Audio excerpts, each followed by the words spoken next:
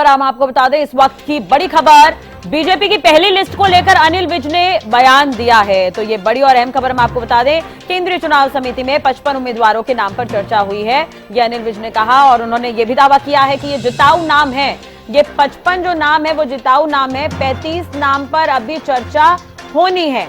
तो ये बड़ी बात अनिल विज कहते हुए नजर आए बीजेपी की पहली लिस्ट को लेकर। हालांकि सुबह से ही हम इस खबर पर ये बता रहे हैं हरियाणा न्यूज पर कि 55 सीटों को लेकर कल चर्चा हो गई है। बाकी सीटों को लेकर अब कोर ग्रुप की कमेटी में बैठक होगी। सूत्रों के हवाले से खबर ये भी निकलकर सामने आई कि अब केंद्रीय चुनाव समिति की बैठक नहीं होगी।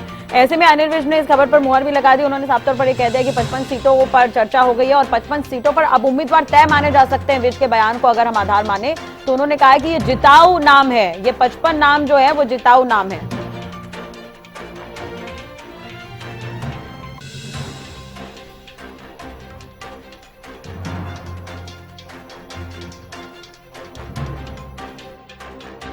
चलिए अब क्या कुछ कहा अनिल विज ने वो भी आपको सुनवा देते हैं।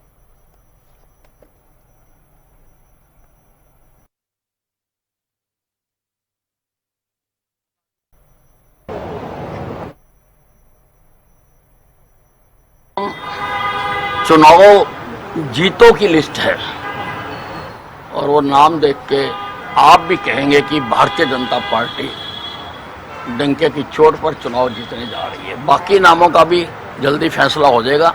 लिस्ट तो शायद देखो जब केंद्रीय नेतृत्व चाहेगा वो आउट करेगा, लेकिन बीजेपी तीसरी बार फिर जीतने जा रही है। राज्यसभा सांसद, लोकसभा सांसदों को इस बार मौका दिया जा रहा है।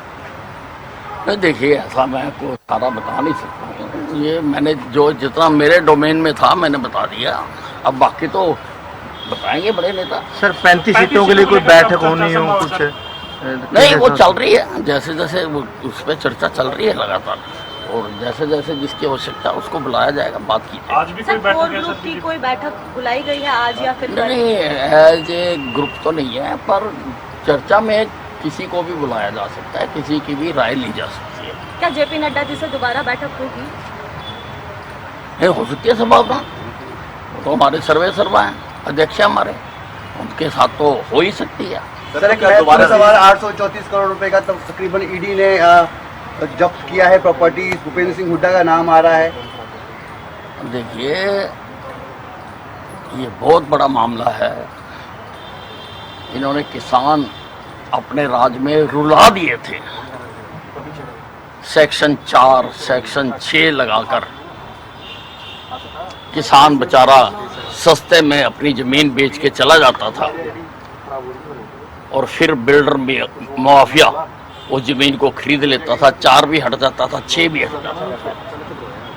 ये इतना बड़ा कांड हुआ है और इसमें भूपेंद्र सिंह हुड्डा जी की भी संलिप्तता है और कुछ अधिकारियों की भी संलिप्तता है, और किसी भी प्रकार से इनके हाथ में अब हरियाणा की चाबी नहीं जानी चाहिए, क्योंकि अगर हरियाणा की चाबी इनके हाथ में जाती है तो ये तो पता नहीं और क्या कर देंगे। सर चुनाव के समय में ऐसी कार्रवाई क्यों होती है? पहले नहीं, ये तो लगातार चल रही है, ये तो लगातार चल रही है, लगातार कोर्ट की प्रोसीडिंग्स चल रही हैं, लगातार कोर्ट में केस है, अब ये लगातार चल रहा है। चुनाव के टाइम नहीं। कांग्रेस टाइमिंग के सवाल उठा रही है, कह रही टाइमिंग चुनाव के टाइम पे है, जानबूझ के किया जा रहा है। सरकारी एजेंसियों का दुरुपयोग करने की बात लगातार। देखिए, ऐसा है, ये कंटिन्यूस है कि चुनाव के वक्त एफआईआर दर्ज हुई नहीं है, केस चल रहा है, कोर्ट में चल रहा है, सीबीआई कोर्ट में चल रहा है, और जिस आदमी का सीबीआई कोर्ट में चल रहा है वो मुख्यमंत्री बनने के सपने ले रहा है।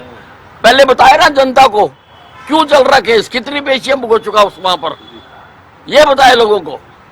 एक सर जो ममता बनर्जी ने ट्वीट किया है, दिल्ली तक आग लगने की बात की, उनको लेके क्या कहेंगे ममता बनर्जी के ट्वीट पर? देखिए, मुझको लगता है कि बांग्लादेश में जो आगजनी हुई है उसका धुआं ममता दीदी के सिर को चढ़ गया है, इसीलिए बहकी बहकी बातें कर रही हैं और हिंदुस्तान को जलाने की बात कर रही है। ऐसी बात किसी के मुंह पे भी आ जाए उसको बख्शा नहीं जा सकता। ये हिंदुस्तान